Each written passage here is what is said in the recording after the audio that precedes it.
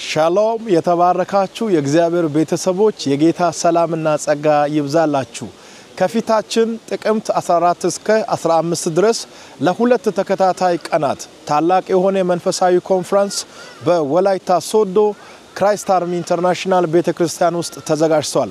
በዚህ ከጥቅምት 14 እስከ 15 ድረስ አርብና ቅዳሜ ሙሉ ቀን በሚቆየው ድንቅ መንፈሳዊ ኮንፈረንስ በእለቱ በስፍራው ተገኝታችሁ የእግዚአብሔርን ጸጋ እንድትካፈሉ በወላይታ ሶዶና አካባቢዋ ላይ ለምትገኙ ቅዱሳን በሙሉ ግብዣ አደርጋለሁኝ። በእነዚህ ሁለት ተከታታይ ቀናት ጥቅምት 14 እና 15 የእግዚአብሔር መገኘት ታላቅን ነገር ያደርጋል።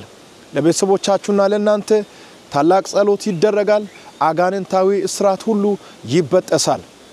እግዚአብሔር አምላክ የረዳችሁ ሰዎች በእነዚህ ቀናት በስፍራው እንድትገኙና እንድትባረኩ ሁላችሁም ተጋብዛችኋል። ጥቅምት 14 እና 15 ወላይታ ሶዶ ሲሆን ጥቅምት 16 2018 ዓመተ ምህረት እንደዚሁም አዲስ አበባ ክራይስት አርሚ ኢንተርናሽናል ቤተክርስቲያን ውስጥ አስገራሚ የሆነ የበረከት ኮንፈረንስ ተዘጋጅቷል።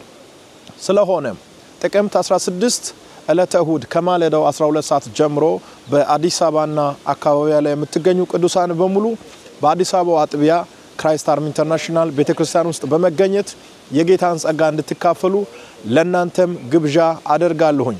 እንዳትረሱ ጥቅምት 14 እና 15 አርብና ቅዳሜ ማለት ነው በወላይታ ሶዶ ክራይስት አርሚ ኢንተርናሽናል ቤተክርስቲያን ውስጥ ይሆናል። ኮንፈረንሳችን ከወላይታ መልስ ጥቅምት 16 2018 ዓመተ ምህረት አዲስ አበባ ክራይስት አርሚ ኢንተርናሽናል ቤተክርስቲያን ውስጥ ይሆናል።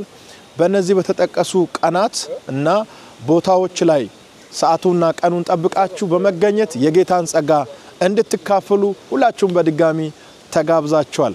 ጌታ ኢየሱስ ይባርካችሁ። ለቤተሰቦቻችሁና ለጓደኞቻችሁ ሼር አድርጉ፣ ይስሙ። በተለይ በወላይታው ኮንፈረንስ እግዚአብሔር ታላቅ ነገር ስለሚያደርግ ጥቅምት 14 እና 15 2018 ዓመተ ምህረት እዛው ስፍራ ወላይታ ሶዶ ክራይስት አርሚ ኢንተርናሽናል ቤተክርስቲያን ውስጥ መገኘታችሁን አትርሱ። እግዚአብሔር አምላክ ይባርካችሁ። ልክ ከወላይታ እንደተመለስኩ በማግስቱ ጥቅምት 16 2018 ዓመተ ምህረት በአዲስ አበባ አጥቢያ እንባረካለን።